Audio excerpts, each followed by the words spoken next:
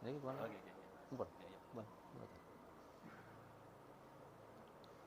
Bismillahirrahmanirrahim. Assalamualaikum warahmatullahi wabarakatuh. Innal hamdalillah nahmaduhu wa nasta'inuhu wa nastaghfiruh wa na'udzu billahi min shururi anfusina wa min sayyiati a'malina. May yahdihillahu fala mudilla lahu wa may yudlil fala hadiya lahu. Asyhadu an la ilaha illallah wa asyhadu anna Muhammadan abduhu wa rasuluh. Allahumma shalli wa sallim wa barik ala Muhammad wa ala alihi wa ashabihi ajmain, amma ba'd. Ibu dan bapak jamaah budaya suku Balai Muhammadiyah yang saya hormati rahimahullah.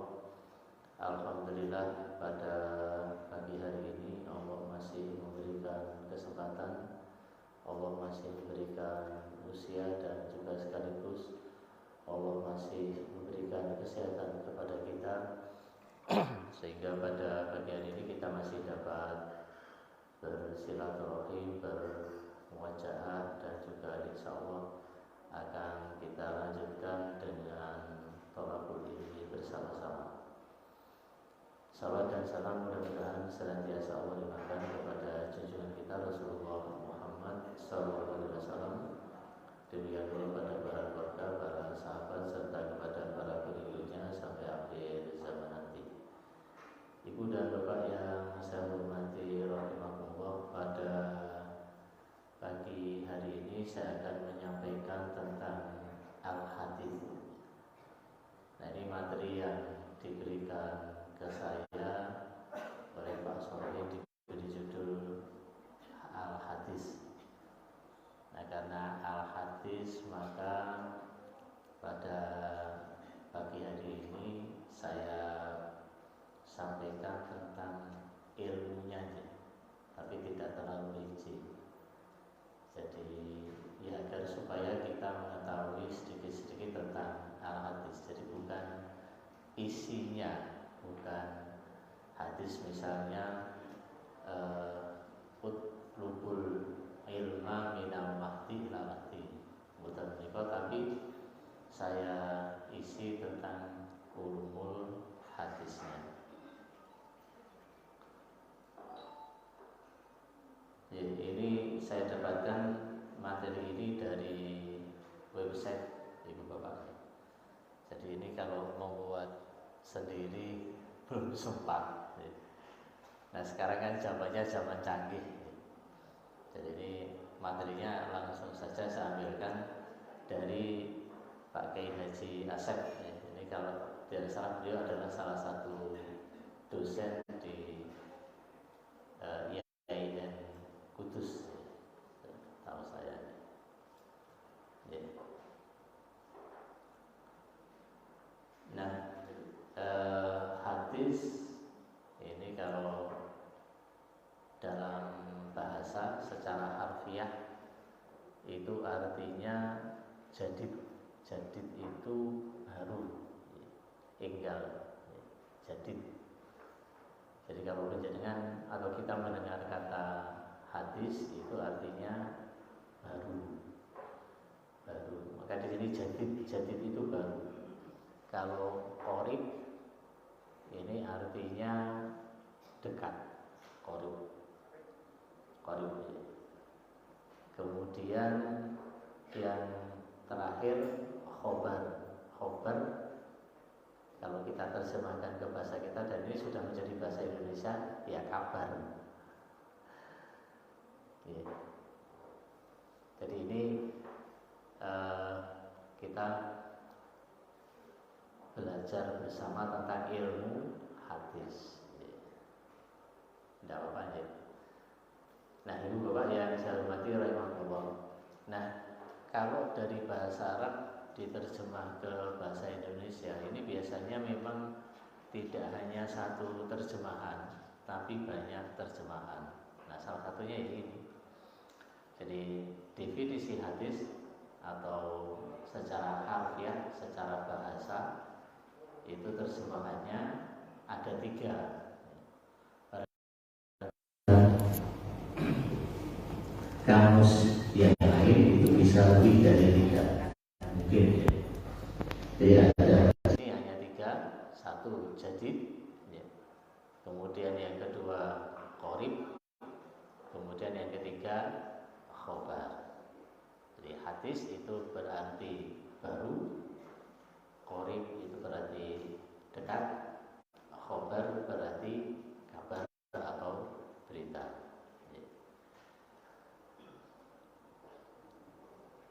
Ya, ini secara bahasa.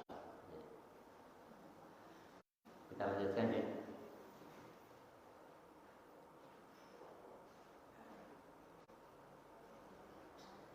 Ya kalau begini ini malah tidak kuliah subuh, kuliah beneran.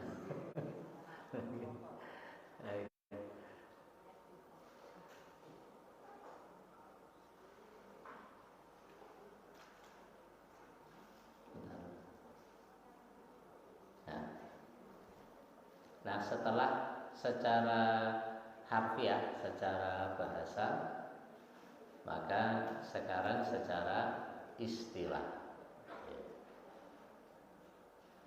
Nah, ini kalau dulu di SMA itu sudah diajarkan, tapi sekarang kayaknya sudah tidak ada, Ibu Bapak.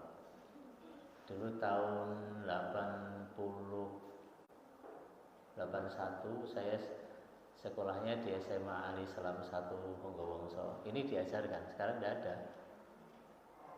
Jadi ini yang sekolah-sekolah sekarang sudah menghilangkan banyak materi pelajaran agama.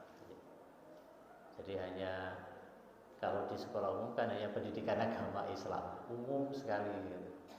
Tidak ada yang seperti ini. Kalau dulu di SMA Islam itu ada hadis, ada ilmu hadis. Ini luar biasa. Nah, sekarang nggak ada. Nah, secara istilah hadis adalah segala sesuatu yang dinisbahkan kepada Nabi Muhammad SAW, baik berupa ucapan, perbuatan, maupun sikap atau takrir dan sebagainya. Jadi saya ulang sambil saya jelaskan. Jadi secara istilah hadis adalah segala sesuatu yang dinisbahkan. Dinisbahkan itu disandarkan. Disandarkan atau apa ini? Dinisbahkan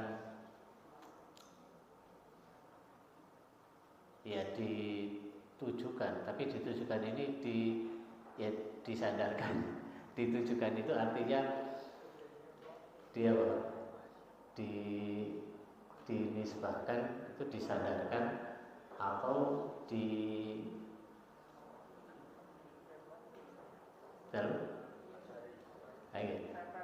ditempelkan. Ya. Ini dinisbahkan, disandarkan. Ya. Disandarkan, dinisbahkan kepada Nabi, baik berupa ucapan. Jadi ucapan dalam hal ini misalnya ada hadis utulbul ilma minal mahdi ilal lahdi misalnya. Nah, ini ucapan Nabi. Disandarkan. Kalau dalam karya tulis itu artinya harus direferensikan, Nabi dijadikan referensi. Nah, jadi ini kalau di karya tulis. Nah, dinisbahkan kepada Nabi itu apa hanya dalam hal ucapan? Tidak. Juga termasuk dalam hal perbuatan. Jadi apa yang dilakukan oleh Rasulullah Muhammad SAW itu bisa kita tiru, karena beliau uswatun hasanah. Berupa ucapan, perbuatan maupun sikap Rasul seperti apa. Nah, ini bisa kita jadikan referensi. Atau takrir. Takrir itu ketetapan Nabi. Takrir. Ini kalau tulisan aslinya pakai kop, ya. Takrirun, ya. Qarara yuqarriru takriron. Nah ini. Jadi sekali lagi secara istilah hadis adalah segala sesuatu yang dinisbahkan kepada Nabi Muhammad SAW, baik berupa ucapan, perbuatan maupun sikap. Maka nanti ada hadis juga yang sahih dari Rasulullah, dan ini terkait dengan ucapan beliau, yaitu barang siapa yang mengatakan sesuatu mengatasnamakan saya tapi ternyata tidak, dan itu disengaja, maka fal yatabawa maq'adahu minan nar, maka tempatnya di neraka. Jadi mengatakan sesuatu yang bukan dikatakan oleh Rasulullah, disandarkan, direferensikan ke Rasulullah. Nah ini sanksinya adalah ya dimasukkan ke neraka. Jadi tidak main-main. Jadi hadis itu. Ya, ini definisi hadis. Sama aja. Setelah secara bahasa, secara istilah, nah, sekarang kita ke berikutnya. Ya.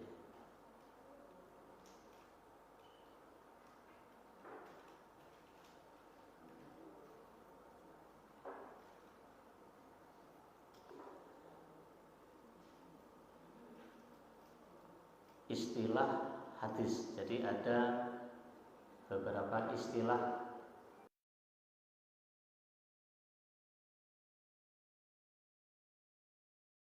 menggunakan kata sunnah. Nah, ini kan kita sering mendengar menurut sunnah atau tidak, sesuai sunnah atau tidak. Jadi ini istilah lain dari hadis, sunnah.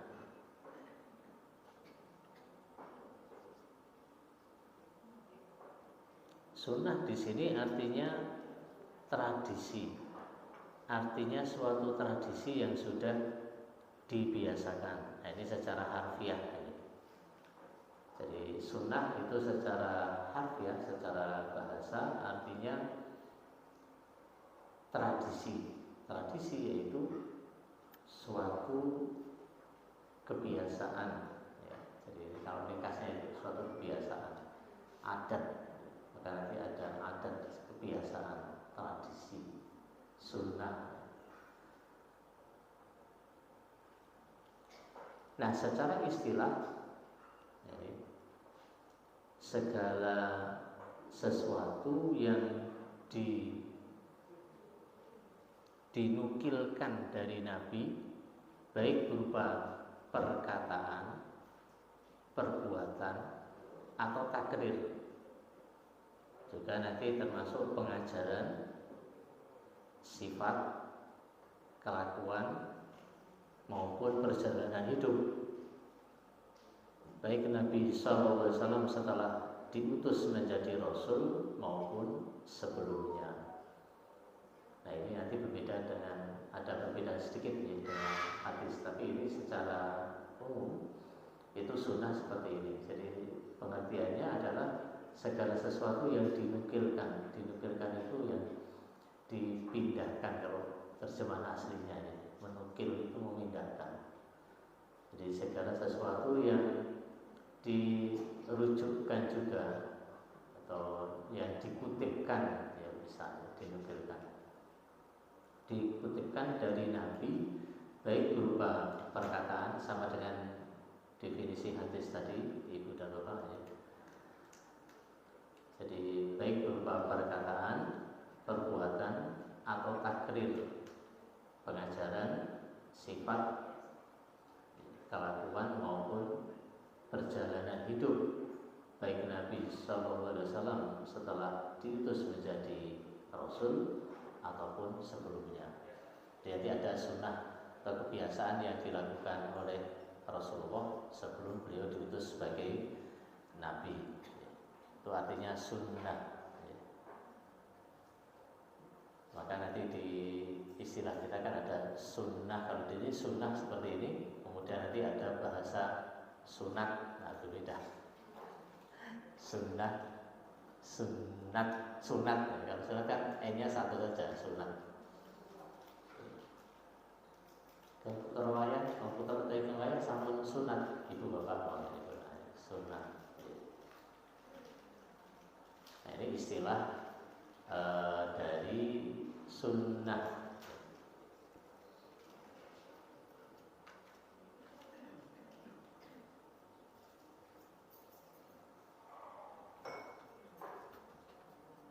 Berikutnya ya.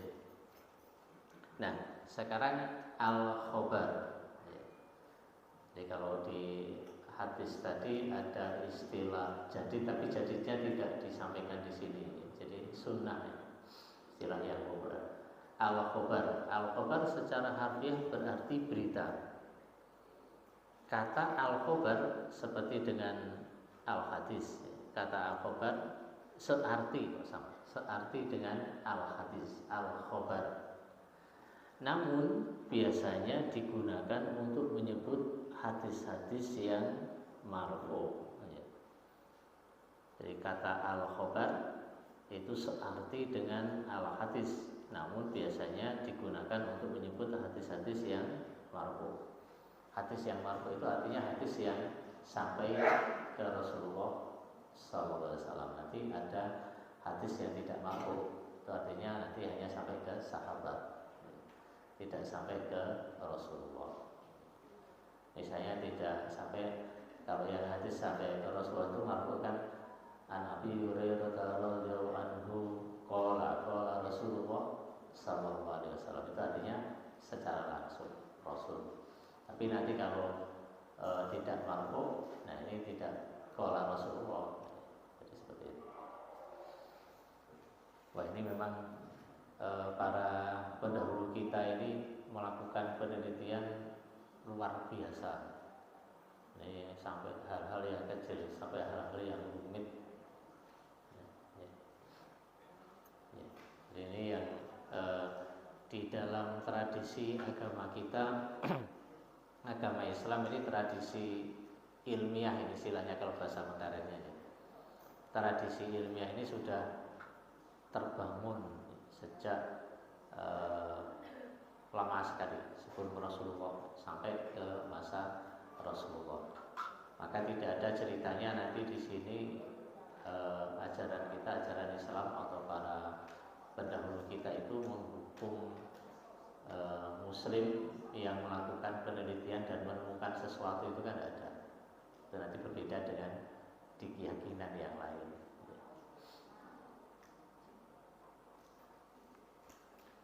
Kemudian ada al-athar. Jadi ada istilah lain selain al-hadis, itu sunnah, al-khobar, kemudian al-athar.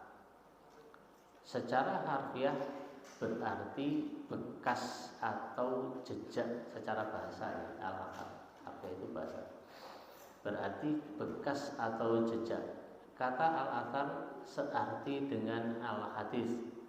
Namun biasanya digunakan untuk menyebut hadis-hadis yang mauquf. Ini hadis yang hanya sampai ke sahabat tadi disebut dengan hadis mauquf.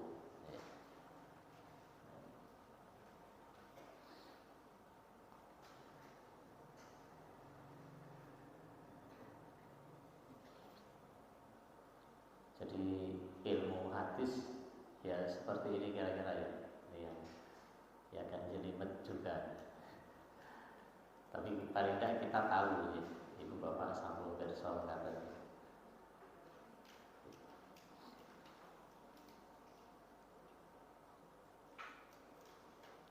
Ya, jadi ada beberapa istilah di hadis, yaitu yang pertama tadi sunnah, yang berarti tradisi ya.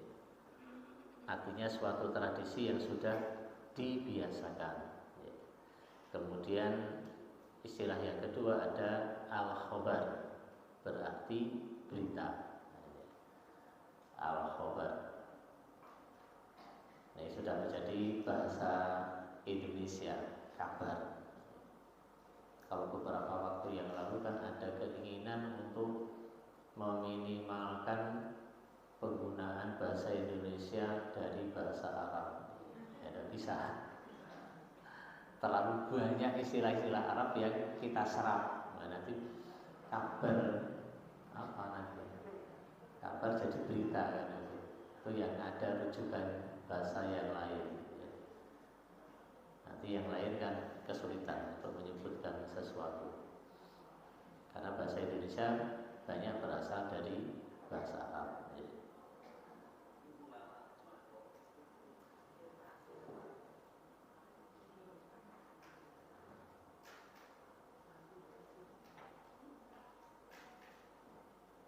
Nah, sekarang ke struktur hadis. Setelah tadi ada pengertian, kemudian istilah-istilah lain selain hadis. Jadi tadi ada al-sunnah, ya. Kemudian ada al-khobar, ya, dan seterusnya. Maka sekarang struktur hadis. Struktur hadis. Nah, ini dimulai dari sanad. Secara bahasa artinya sandaran yang kita bersandar kepadanya. Sanad, referensi. Kita jadikan referensi, sandaran yang kita bersandar kepadanya. Menurut istilah pengertian sanad, jalan yang dapat menghubungkan matanul hadis kepada Nabi Muhammad SAW. Jadi misalnya ini hadis, ya. Hadis itu tadi kan berarti kabar. An Saiful Islam, terus an siapa lagi? An Ustaz Subari misalnya. An siapa lagi, terus kemudian baru anin Nabi SAW, itu namanya sanad, urut-urutan, ya, urut-urutan yang membawa berita. Itu hadis sanad. Maka nanti ada penilaian siapa yang membawa berita itu. Misalnya isi beritanya, carilah ilmu dari buayan sampai liang lahat. Isi beritanya kan itu hadis. Nah, tadi kan al-khobar, isi beritanya seperti itu. Terus pertanyaannya, yang membawa berita itu siapa? Nah, yang membawa berita itu disebut sanad. Misalnya yang membawa berita Saiful Islam. Wah, Saiful Islam orangnya bagaimana ya? Suka bohong tidak? Kalau misalnya tidak suka bohong sih, cuma kadang-kadang benyenyengan, ini kalau bahasa Jawa. Nah, ini juga nanti mempengaruhi kualitas hadis. Itu luar biasa. Benyenyengan itu kan kadang-kadang antara ngomong benar dengan tidak itu lagi. Jadi tidak jelas ya, kadang-kadang kurang jelas. Karena suka guyonan. Terus kemudian misalnya yang membawa berita ini kalau bahasa di masyarakat kita Solo ya, suka wedangan tidak dihit. Oh, kalau malam senantiasa tiap malam wedangan itu nanti mengaruhi. Orang kalau suka wedangan kan biasanya tempat ngurumpinya kaum laki-laki toh. Saya orang suka ngurumpi itu berbeda. Luar biasa, itu para ulama sudah merumuskan sampai detil gitu. Jadi mengetahui kebiasaan yang membawa berita itu sampai detil. Bukan mencari kesalahan pembawa beritanya, tapi untuk mengetahui keakuratan berita itu. Jadi luar biasa. Dan itu menilainya, yang dinilai itu tidak boleh ketika masih hidup, tapi yang dinilai itu mesti sudah meninggal. Jadi seperti kalau di negara kita kan seseorang bisa dinyatakan pahlawan itu kalau orang itu sudah meninggal. Tapi kalau masih hidup kan tidak boleh. Misalnya kalau pahlawan Diponegoro, Pak Diponegoro misalnya masih hidup, tidak boleh dijadikan pahlawan. Jadi harus meninggal terlebih dahulu. Saya pahlawan Kiai Haji Ahmad Dahlan, sama ya. Jadi tidak boleh ketika beliau masih hidup ya, sudah harus meninggal. Nah ini sanad ya. Jadi sanad itu adalah pembawa berita. Nah nanti pembawa berita itu ada rangkaiannya, ada urut-urutannya. Nah ini semuanya dinilai Ibu dan Bapak oleh para ahli hadis. Bagaimana sosoknya, bagaimana akhlak orang tersebut. Nah, gitu. Maka nanti ada misalnya dari saya, Saiful Islam bagus, tapi nanti ternyata saya mendapat berita dari orang yang suka penyanyikan tadi, itu juga mempengaruhi kualitas berita itu.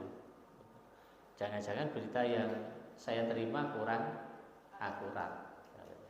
Jangan-jangan begitu. Misalnya dari saya baik, kemudian dari yang lain kurang baik, misalnya ya tadi itu suka guyonan, suka penyanyian. Ya, kalau ini untuk memudahkan saja ya, bukan berarti itu jelek ya. Cuman ini untuk memudahkan gambaran saja bahwa yang seperti itu nanti mempengaruhi kualitas berita itu sanad, karena ada rangkaian sanad. Ya. Kemudian matan. Secara bahasa atau secara logawi, punggung jalan di sini, punggung jalan, tanah yang keras dan tinggi, matan. Ini secara bahasa. Jadi matan hadis itu ternyata secara bahasa ini punggung jalan, tanah yang keras dan tinggi. Kemudian secara istilah, pembicaraan atau kalam atau materi berita yang di-over oleh sanad yang terakhir, baik pembicaraan itu sabda Nabi, sahabat ataupun tabi'in. Jadi sekali lagi, matan itu pembicaraan atau kalam atau materi berita. Jadi kalau matan bahasa mudahnya ini Ibu Bapak, isi berita. Nah, itu matan. Itu mudahnya begitu ya. Kalau di sini kan pembicaraan atau kalam atau materi berita yang dioper oleh sanad, yang disampaikan oleh sanad di atas tadi, oleh pembawa berita. Jadi sanad itu artinya pembawa berita. Maka matan adalah isi berita. Nah kalau sekarang ini kan isi beritanya kadang-kadang tertulis ya, di WA grup, hoax atau tidak isi berita. Ternyata setelah dicek hoax misalnya. Mungkin awalnya dikampanyekan hoax, tetapi ternyata misalnya tidak pada akhirnya. Awalnya itu seingat saya dulu tenaga kerja Cina masuk ke Indonesia itu ada yang memposting langsung diburu-buru dinyatakan apa? Hoax. Tetapi ternyata betul. Ini kan begitu. Jadi ini nanti ada perang media juga. Dan tentang media ini sesungguhnya kita sudah diingatkan oleh Allah nanti di surat Al-Hujurat ya, surat 29 ayat 6. Jadi agama kita itu sudah sangat lengkap sebetulnya. Nah, pembawa berita itu memang bisa hoax, bisa tidak. Ini kalau bahasa kita sekarang itu sanad pembawa berita. Kalau matan isi berita. Ini mudahnya seperti itu. Nah, matan itu bisa dari Nabi. Ya, kalau dari Nabi seperti tadi itu, utlubul ilma minal mahdi ilal lahdi misalnya. Kemudian nanti kalau di kitab Riyadhus Shalihin itu innad dina yusrun, salah satu potongannya. Sesungguhnya agama itu mudah, itu kata Rasulullah. Nah, isi beritanya seperti itu.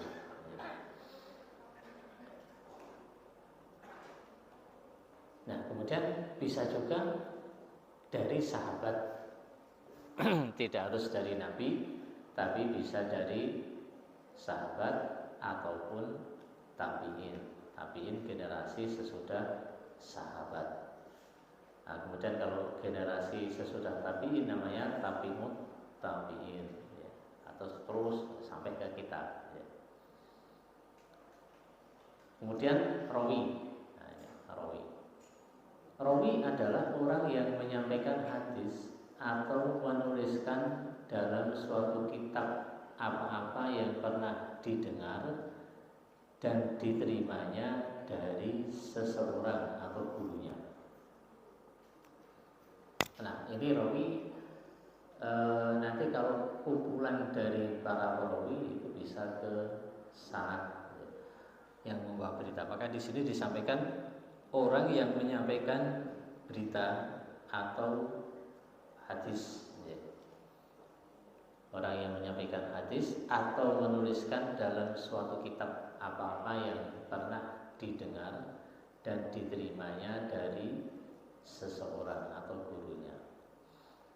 Misalnya nanti ada kalau di hadis itu rawahu Bukhari wa Muslim ya. Rawahu Bukhari saja rawahu Muslim saja bisa. Rawahu Abu Dawud, rawahu Tirmidzi, rawahu Nasa'i. Nah, ini rawi namanya, rawi. Jadi orang yang menyampaikan hadis. Nah, ini beliau menulis ya. Ya, karena ditulis ya alhamdulillah ada dokumentasinya. Nah, dokumentasi itulah yang sekarang kita pelajari. Hadis-hadis.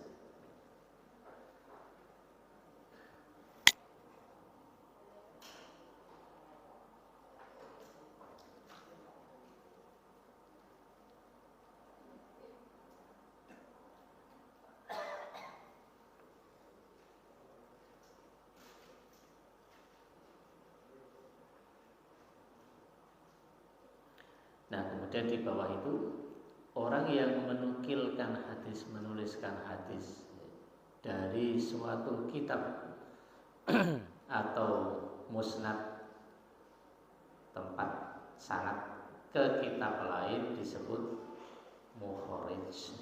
Orang yang menukilkan, orang yang menuliskan hadis dari suatu kitab atau musnad ke kitab lain disebut mukharij. Ini struktur hadis.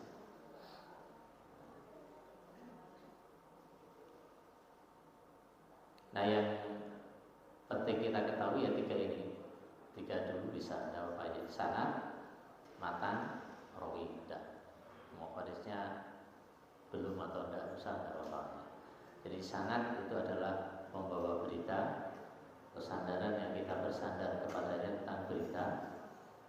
Kemudian matan itu isi beritanya, rawi orang yang menuliskan, menukilkan hadis dalam suatu kitab. Jadi ini.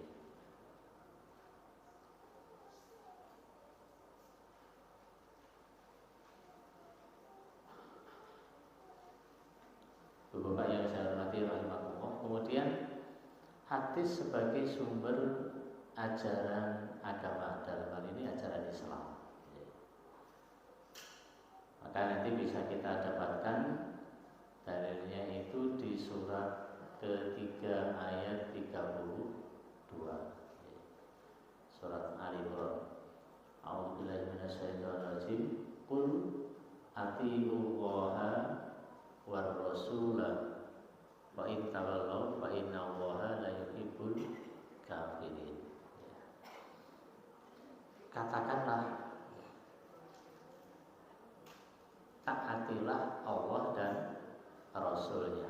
Jadi tidak hanya Allah saja tapi juga Rasulnya. Jadi ini dalilnya itu. Maka tidak bisa dipisahkan antara Allah dan Rasulnya. Karena nanti ada sebagian saudara kita yang memisahkan, tidak mau mengakui hadis ya tadi itu, khawatir kalau hoax. Tapi untuk menilai hoax atau tidak, kalau bahasa kita sekarang itu ada ilmunya ya, ilmu mustalah hadis ini. Nanti rincian lebih dalamnya kan ada. Misalnya kalau tidak mau mentaati Rasul, tidak mau mempercayai Rasul, ya kita tidak bisa sholat. Maka misalnya nanti ada Shollu kama ra'aitumuni usolli. Atau sholatnya bagaimana kan begitu kalau tidak mau taat kepada Rasulullah. Nah, jadi ini satu kesatuan ya. Kul atiullaha war rasul fa in tawallau. Jika kamu berpaling, fa innallaha la yuhibbul kafirin. Maka sesungguhnya Allah tidak menyukai orang-orang kafir. Jika kamu berpaling artinya tidak mau mentaati Allah dan Rasulnya, maka dianggap orang kafir. Buktinya apa? Ini ditutup dengan fa innallaha la yuhibbul kafirin.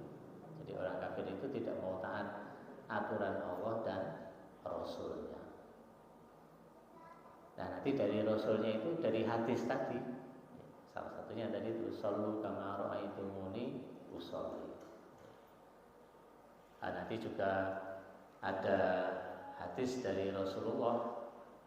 Nah, terkait dengan apa? Terkait dengan penanggalan kalender. Maka nanti kan ada hadis nahnu qaumun la naktubu wala nahsubu, kata Rasul. Kami itu umat yang waktu itu belum atau tidak bisa menulis dan berhitung. Itu kata Rasul. Maka nanti menentukan kalender ya hanya dengan cara yang sangat sederhana. Jadi kalau misalnya yang untuk apa? Untuk Rajab ini masih Rajab, akhir Rajab. Kalau misalnya masih kalender Rajab ini 30, maka nanti di bulan Sya'ban 29. Nah, kemudian Ramadannya 30 dan seterusnya gitu aja masa Rasul. Nah, sekarang karena ada kemajuan di bidang ilmu pengetahuan, bukan berarti hadis ini tidak dipakai, tapi konteksnya. Jadi kalau misalnya di satu tempat belum ada ilmuannya, belum ada alatnya, maka ini masih bisa dipakai. Tapi kalau sudah ada, maka ini bisa ke ilmu pengetahuan penemuan sekarang. Jadi seperti yang tertulis di atas ini kan jadwal sholat. Nah, ini kan kita tidak perlu meru'yah bil aini. Jadi tidak perlu misalnya sholat zuhur di sini tadi jam 11.53 nih, kalau tidak salah di sini atas ini. Ini kan jam 11.53. Kan kita tidak perlu ru'yah. Tapi masih ada beberapa tahun yang lalu ketika saya sholat di Kartosuro, nah ini ada sesepuh yang melarang untuk qomat sholat zuhur. Sik coba didelok wis sering ngene sing pangulon durung. Ini namanya ru'yah. Ru'yah secara langsung beliau melihat bayangan matahari itu. Nah, kalau sekarang kan sudah semakin jarang atau malah hilang. Jadi tidak pakai ru'yah tapi pakai hisab. Jadi kalau misalnya di masjid-masjid itu mancing zuhurnya 11.53 disetel saja. Nanti antara azan qomat seperempat jam atau 10 menit atau mungkin 20 menit. Kelamaan ya kalau 20 menit. Jadi kira-kira seperti itu. Nah, ini yang sekarang kan sudah teknologi maju. Maka ini nanti tidak masuk ke hadis nahnu qaumun la naktubu wala nahsubu. Dan kata ru'yah itu sendiri seperti tadi yang saya sampaikan di awal, secara bahasa artinya nanti kalau kita ke beberapa kamus, salah satunya ke Munjid. Nah, ini kalau rujukannya ke sana tidak hanya ro'a bil aini saja artinya, tapi ro'a bil ilmi juga, ro'a bil qalbi juga. Jadi, artinya seperti itu. Nah ini ya, jadi hadis sebagai sumber ajaran agama. Kembali ke sini, maka sah hadis itu sebagai sumber ajaran agama. Salah satunya tentang sholat tadi. Kemudian berikutnya dari surat Al-Hasyr. Surat Al-Hasyr di sini surat ke-59 ayat 7. Wa ma atakumur rasulu fakhudhuhu wa ma nahakum anhu fantahu. Nah ini. Apa yang diberikan Rasul kepadamu, jadi apa yang disampaikan Rasul kepadamu, maka terimalah, ambillah, fakhudhuhu, ambillah, terimalah. Dan apa yang dilarang bagimu, wa ma nahakum anhu, dari Rasul, maka tinggalkanlah. Maka tinggalkanlah. Nah ini dalil hadis sebagai sumber ajaran agama. Nah terkait kembali ke sunnah tadi, Ibu Bapak. Sunnah itu tadi kan artinya tradisi, salah satunya. Nah ternyata Rasulullah SAW ini punya tradisi yang beliau sukai yang disampaikan ke kita. Salah satu tradisinya apa? Beliau tidak merekomendasikan, tidak suka kalau kita ini mentradisikan tidur lagi sesudah sholat subuh. Ini beliau tidak suka. Beliau juga tidak suka kita tidur ba'da asar. Tidak suka. Nah, terus kapan tidurnya? Kalau mau tidur siang, ya setelah zuhur itu sampai waktu asar. Tapi sore jangan tidur. Kalau dulu orang-orang kuno, orang ya pendahulu kita itu, apalagi kalau masih kecil, tidur sore biasanya sebelum maghrib dibangunkan, nanti tidak bingung kan gitu ya. Kalau orang-orang dulu. Nah, ternyata ada sunnahnya di sini. Kemudian yang tidak beliau sukai lagi itu tidur setelah maghrib, itu juga tidak suka. Nah ini kan kadang persoalan bagi saya, kadang-kadang capek sekali itu. Bagi saya ini Rasulullah. Ya kadang-kadang terpaksa tidur ya pada maghrib itu aja. Memang untuk karena kalau malamnya ada kegiatan gitu. Padahal ini tidak disukai oleh Rasulullah. Nah kapan disukainya? Disukainya setelah zuhur sekitar jam 1, jam 2. Sekarang kan adanya jam 3 lebih, 3/4 ya kalau di sini. Nah,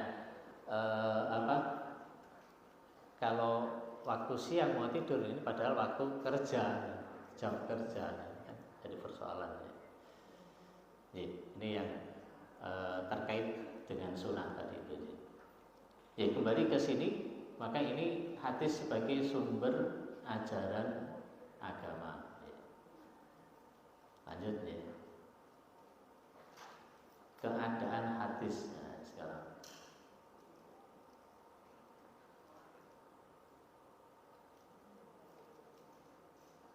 Ini nanti sedikit lagi deh Bapak.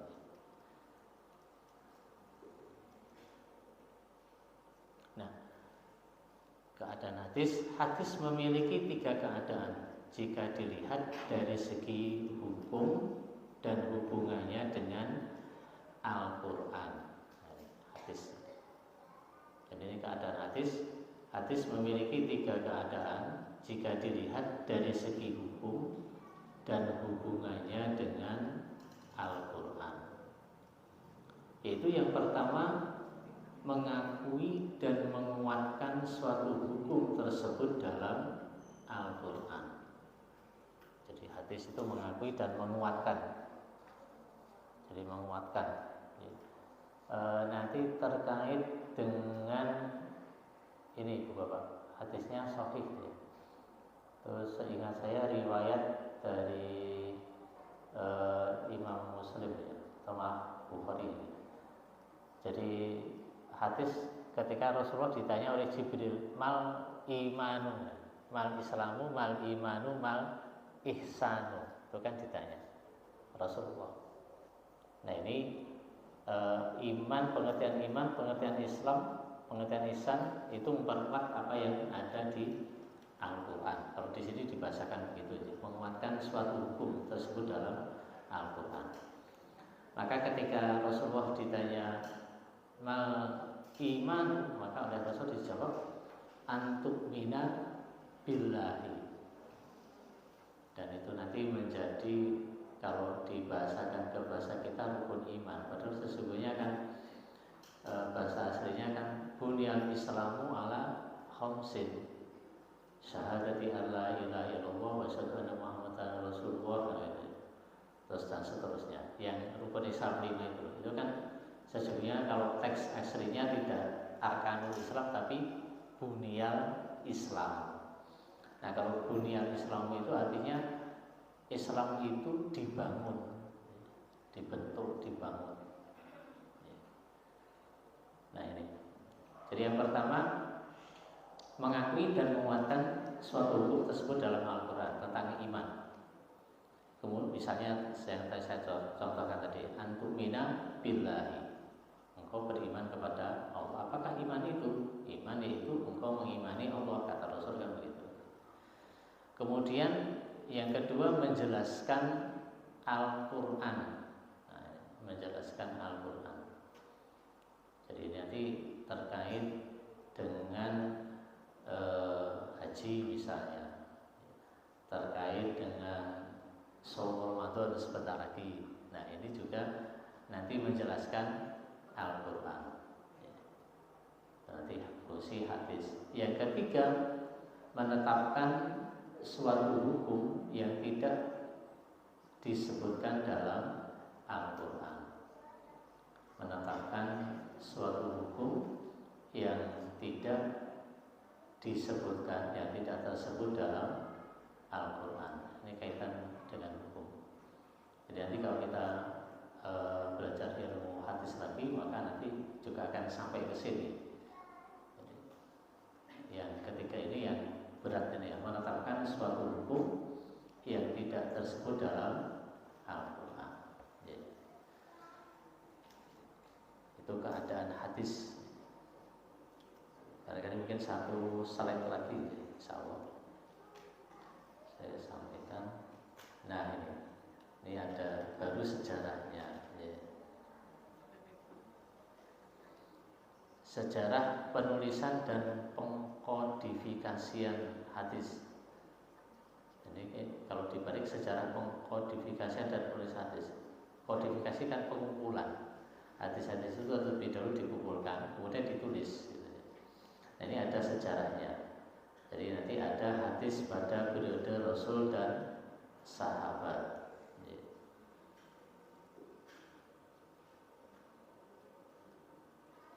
Awalnya begini, la taktubu anni syai'an illal Quran. Ini pada masa Rasul. Jadi saking hati-hatinya. Awalnya Rasul mengatakan, jangan kamu tulis apapun dari saya, ini kalau bahasa bebasnya ya, selain Al-Quran. Khawatirnya nanti dumpiok ya, bingung nanti, membuat kebingungan. Jadi ini dari Rasul awalnya begitu. Sama juga ketika awal untuk ziarah ke makam, yaitu bagi putri kan apa itu yang sebelumnya dilarang kemudian menjadi boleh. Ya itu jadi salah satunya kan itu. Nah ini hampir sama ini. Jadi awalnya la taktubu anni syai'an illal Quran, la taktubu. Ini larangan kata Rasul, jangan kamu tulis. Wa man kataba anni syai'an ghairal Quran, ya. Kemudian apa? Falyamquhu wa hadatsu anni wala haraj. Wa man kataba alayya muta'ammidan falyatabawwa maqadahu minan nar.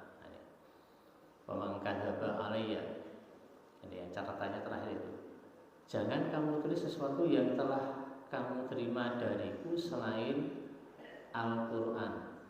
Hendaklah ia hapus. Hendaklah ia hapus. Ceritakan saja yang kamu terima dariku, tidak mengapa. Barang siapa yang sengaja berdusta atas namaku, maka hendaklah ia menduduki tempat duduknya di neraka. Jadi ini pada masa Rasul ada larangan ya, khawatir nanti kalau dianggap Al-Quran. Jadi itu yang disampaikan oleh Rasulullah SAW. Memang sampai sekarang yang namanya tuduhan bahwa Al-Quran itu bikinan Nabi Muhammad masih ada saja. Cuma nanti kalau kita mempelajari dari berbagai referensi yang ada, mereka yang mencari-cari kesalahan dari ayat-ayat di dalam Al-Quran, nah ini oleh Allah malah ditunjukkan sebaliknya. Jadi mereka yang mencari-cari kesalahan biasanya kan belum muslim, nah kemudian bisa menjadi muslim. Ya, beberapa yang tetap tidak muslim itu seperti Profesor Dr. Mary Simon itu dari Jerman, ini ya fasih Al-Quran, alim Quran hadis, tapi belum muslimah sampai meninggalnya. Jadi sedangkan beberapa yang lain akhirnya menjadi muslim. Tapi beliau tidak mencari-cari kesalahan, tapi menguasai tafsir, menguasai hadis dan seterusnya. Ibu bapak yang saya hormati rahimahullah, barangkali sampai di sini terlebih dahulu, sampai sejarah penulisan dan pengkodifikasian hadis. Ya meskipun ini singkat, ini memang dasar-dasarnya dulu. Mudah-mudahan nanti satu kesempatan bisa kita lanjutkan atau dilanjutkan oleh yang lain. Mudah-mudahan Allah senantiasa memberikan petunjuk, hidayah dan bimbingannya kepada kita sehingga kita tetap dapat menepati jalannya yang lurus. Amin ya rabbal alamin. Assalamualaikum warahmatullahi wabarakatuh.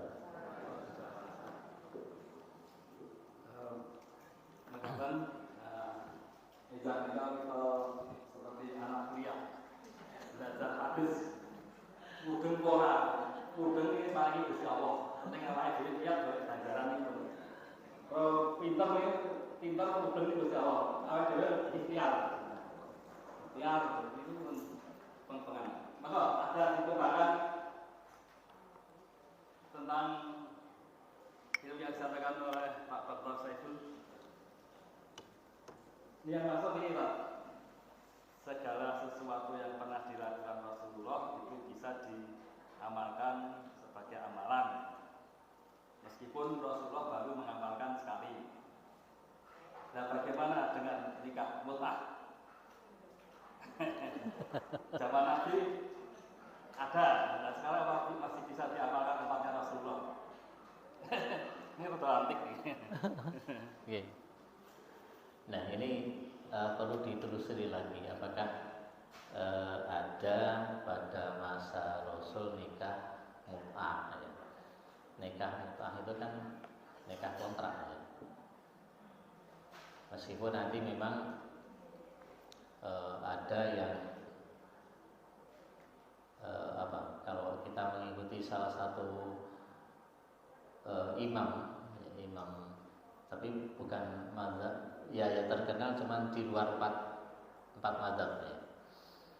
Nah ini memang ada yang membolehkan wanita nikah tanpa wali, khususnya janda yang saya urus.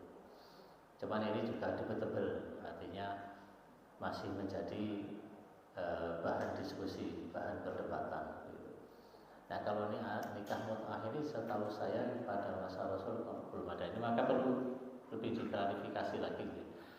Kalau toh misalnya ada, nah nanti juga kualitas hadisnya, kualitas beritanya. Kalau nikah mut'ah itu kan yang dirugikan sesungguhnya wanita itu yang pertama, dan yang berikutnya tidak sesuai dengan perintah Allah, itu adalah litaskunu ilaiha. Jadi litaskunu ilaiha itu ya bagi laki-laki agar bisa sakinah, bisa lebih mapan kehidupannya. Nah kalau mut'ah sini, mut'ah sana apa bisa sakinah, itu nanti jadi pertanyaan juga.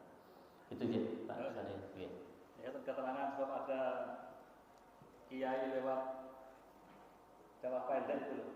Segala sesuatu yang pernah dilakukan Rasulullah sekali. Ustaz yang populer itu. Iya. BH itu bisa diamalkan. Yang berangkatnya dari situ. Iya. Ya, terima kasih. Bentang 1, 2. Putri dulu.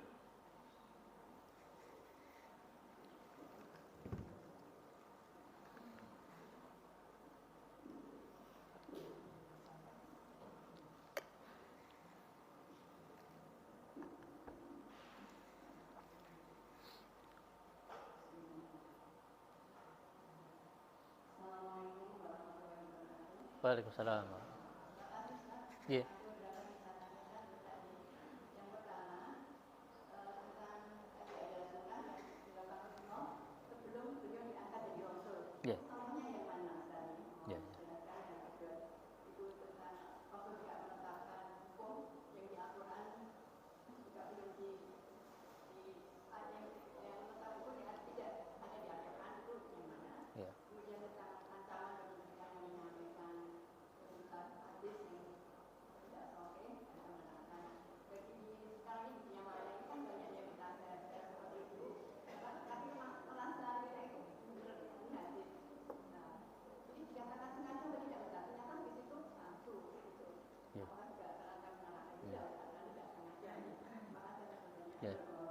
Masalah.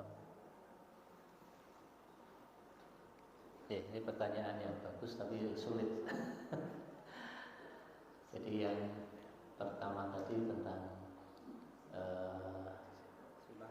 sunnah sebelum jadi Rasul. Nah ini untuk contohnya ini. Jadi contohnya ini kalau itu tradisi, salah satu yang bisa saya sampaikan tentang kepemimpinan Rasulullah. Itu ketika terjadi pertengkaran atau perbedaan pendapat, kalau bahasa halusnya, dalam hal memindahkan Hajar Aswad yang masalah itu. Nah ini oleh Rasulullah kan dipimpin waktu itu kabilah, masing-masing kabilah mempunyai atau beranggapan lebih berhak dari yang lain. Nah kemudian oleh Rasulullah ditengahi kan begitu, sudah sekarang kita akan bersama-sama kan gitu. Ini kabilah A di sini, kabilah B dan seterusnya. Akhirnya bisa selesai. Nah ini sebelum masa Rasul. Dari situ kemudian dijuluki salah satunya dengan Al-Amin ya. Jadi kan ini Rasulullah. Jadi ini contoh sebelum beliau jadi Rasul. Kemudian kalau ketetapan hukum yang tidak ada di dalam Al-Quran, nah ini perlu penelusuran ini saya belum bisa menyampaikan. Jadi dan pangapunten ya. Jadi ini keterbatasan saya misalnya apa yang disampaikan hadis menetapkan hukum yang belum ditetapkan oleh Rasulullah misalnya, atau di dalam Al-Quran, di dalam Al-Quran, maka ini belum bisa saya sampaikan ya. Karena nanti yang hadis-hadis yang masyhur yang ada itu ya sepengetahuan saya tidak sudah ada di dalam Al-Quran sebagai penguat ya. Jadi kemudian yang berikutnya tadi sepeda dalam hadis mau oh ya, yang kualitas hadis. Kalau kualitas hadis ini tadi kita belum sampai ke sana ya. Nanti syaratnya ada yang sahih, ada yang hasan, ada yang dhaif. Maka ini juga perlu penelusuran. Jadi dari sanad kalau dari sanad, kalau hadis itu dianggap sahih, berarti semua sanadnya sahih.